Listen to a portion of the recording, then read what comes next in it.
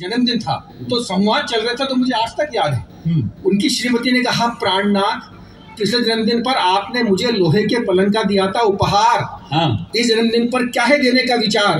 तो अर्पित जी बोले, मैं इस जन्मदिन पर उपहार देने के सारे रिकॉर्ड तोड़ने वाला हूँ। पिछली बार लोहे का पलंग दिया था, इस बार उसमें करंट छोड़ने वाला हूँ। तो ऐसी कई बात हो जाती है। भास्कर के लोग जो पत्रकार है और बात करते हैं, मैं वो मुझे एसएमएस करते हैं। एसएमएस तो कई लोगों ने किया, गोयल साहब करते हैं, झालाना जी करते हैं, अभी मैंने नाम अभी याद किया हालांकि ये बढ़िया।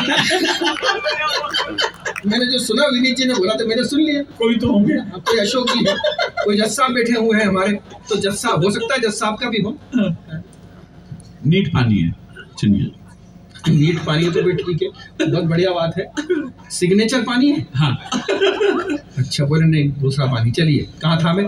तो ये उनके मन की बात है, अलवर के लोगों की। तो ताली ठाकर उनके खाते में जाए, बोले, डियर अशोक भाटी, भगवान ने सबसे पहले इंसान को बनाया, भगवान चैन से सोया। फिर भगवान ने संसार को बनाया, भगवान भी चैन से सोया, इंसान भी चैन से सोया, और अंत में भगवान ने औरत को बनाया, तब से ना तो भगवान चैन से सोया।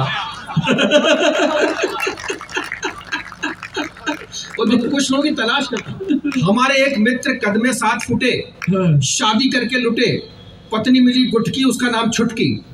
मैंने कहा, मित्र सारी दुनिया तुमको अमिताभ बच्चन कहती है, तुम्हारी खुददारी इस बात को कैसे सहती है?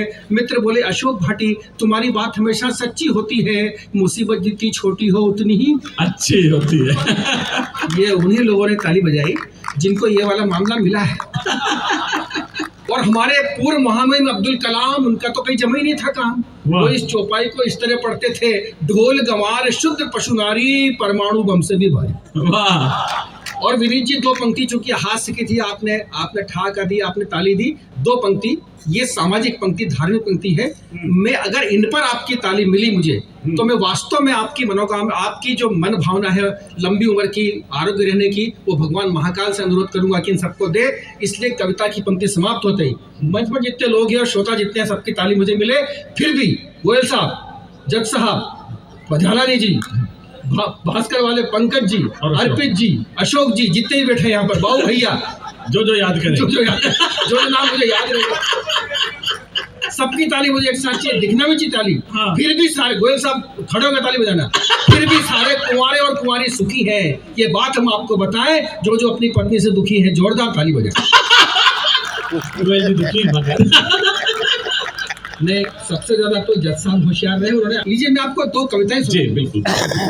आसमानी की बात, क्योंकि समय का अपना वो है। बिल्कुल। विनीत जी, हिंदी के हम लोग कवि हैं, हिंदी में कविता पाठ करते हैं, अपनी भाषा और लोकल भाषा में काम करते हैं, लेकिन हिंदी पर भी हम कविता पाठ करें, ये भी हमारा एक दायित्व है। जी जी जी। मैं 10 पंक्ति आपको हिंदी पर सुनाता हूँ, आखिर में कविता पाठ करना हो तो शायद मेरा दायित्व है, सुने। यदि हम भारत की तमाम भाषाओं को आभूषण मानकर भारत माँ का श्रृंगार करें, तो स्थिति क्या बनेगी? केवल आप ये याद रखें कि कौन सा आभूषण कहाँ पहना जाता है, या उस आभूषण की विशेषता क्या है। जी। कविता लगे कि कविता जैसी कोई बात हुई है, तो आप सबका प्यार मुझे चाहिए, भगवान महाकाल के स्वागत है ना। जैसे हमारा हाथ जाता है तमिलनाडु, जो हम अंगूठी पहनते हैं। मैं कविता शुरू करता हूँ। बड़े गर्व से शीश झुकाकर कहता निश्चल निर्मल मन, भारत माँ को आज सजाएं भाषाओं के आभूषण। बाजूबंद उर्दू के बांधे, हाथों में गुजराती कंगन, वाह, उड़िया के कुंडल, कानों में मलयाली पायल की छंछल। वाह। कविता पर आपका प्यार। मलयाली पायल की छंछल, तमिल मुद्रिका, नट पंजाबी असमी बड़ी सयानी है। इस पर मुझे कितनी ताली मिलती है, ये मुझे देखना है। जी जी। तमिल मुद्रिका, नट पंजाबी असमी बड़ी सयानी है, पैरों में है कन्नड़ बिछिया चूनर राजस्थानी। हाय हाय हाय, वाह वाह वाह।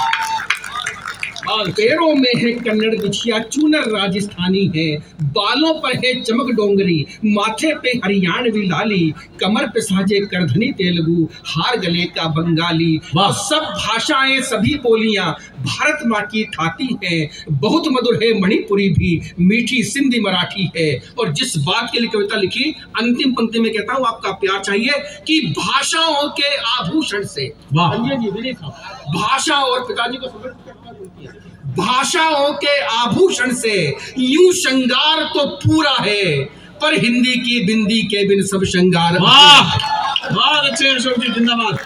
वाह वाह वाह वाह वाह वाह वाह।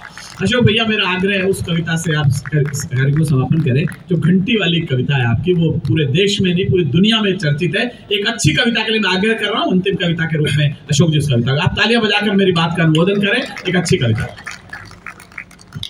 भूमिका इतनी सी है जैसे इस माइक का गुणधर्म है हमारी आवाज आप तक पहुंचाना, पानी का गुणधर्म है प्यास बुझाना, आग का गुणधर्म है जलना और जलाना। यदि अच्छे कार्यों की हमारी आदत हो जाए तो काम वही करते हैं जो हमारी आदत में शामिल होता है, फिर चाहे हम किसी भी अवचेतन अवस्था में हो। वाह दोस्तों, भगवान कृष्ण जो 16 कलाओं के मालिक हैं, 16 पंक्तियां भेंट करता हूं 1.5-2 मिनट में। 16 पंक्तियों में 15 पंक्ति ताना बाना है, केवल एक पंक्ति 16वीं है, बस वही कविता है। वाह वाह, स्वागत भैया। आपके दिल में जो भी आपके आराध्य राम कृष्ण गौतम मोहम्मद महावीर जो भी विराजते हो, उनके चरणों में यदि कविता के पुष्प रख दूं, हर उस पंक्ति पर अपने हाथों को खामोश मत रहने देना, हाथों को खोलना और प्यार देना। मैं कविता शुरू करता हूँ। स्वागत। कुछ लोग कहते हैं कृष्ण माखन चोर थे, वाह। कुछ कहते हैं कृष्ण चितचोर थे, वृंदावन की गोपियां कृष्ण को रंगे हाथ चाहती थी पकड़ना, ताकि यशोदा मैया छोड़ सके अकड़ना। क्या बात। मैया कहती थी मेरा कहना तो केवल गायों को चराता है, और गोपियां कहती थी आपका कहना तो माखन चुराता है। तो सब गोपियों ने एक जुगत निकाली, सबने माखन मटकी के साथ आरती के समय बजने वाली एक एक घंटी लटका दी, और कमरों में तालों के बजाय केवल कुंडी अटका दी। कृष्ण पहले तो करते रहे हंसी ठट्ठा, फिर गोप ग्वालों को करके इकट्ठा, माखन चोरी के लिए एक घर में किया प्रवेश। घंटी को बंदे देखा तो घंटी को दिया आदेश, एक घंटी में कृष्ण तूने मुझे पहचाना। घंटी बोली प्रभो मैं आपको पहचान गई हूँ, आप 3 लोकों के स्वामी हो इतना जान गई हूँ। तब कृष्ण ने कहा देख अपने मूल स्वभाव को तजना, मैं माखन चोरी करूंगा, आज बिल्कुल मत बचना। क्या बात है, वाह वाह वाह वाह वाह वाह वाह वाह वाह वाह वाह। मुझे कृष्ण के प्रश्न पर और घंटी के उत्तर पर अलवर के कविता प्रेमी श्रोताओं से घनघोर ताली की उम्मीद थी। मैं अगली पंक्ति पर सबको एक अवसर प्रदान करता हूँ जी। अपने मूल स्वभाव को तजना, मैं माखन चोरी करूंगा, आज बिल्कुल मत बजना।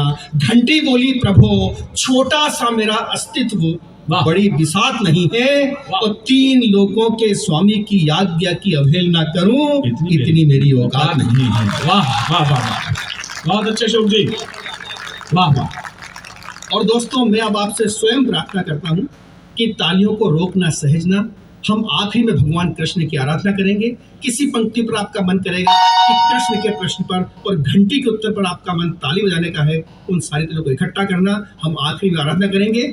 कृष्ण मन सुखा के कंधे पर चढ़े, घंटी नहीं बजी। वाह। कृष्ण के हाथ माखन मटकी की ओर बढ़े, घंटी नहीं बजी।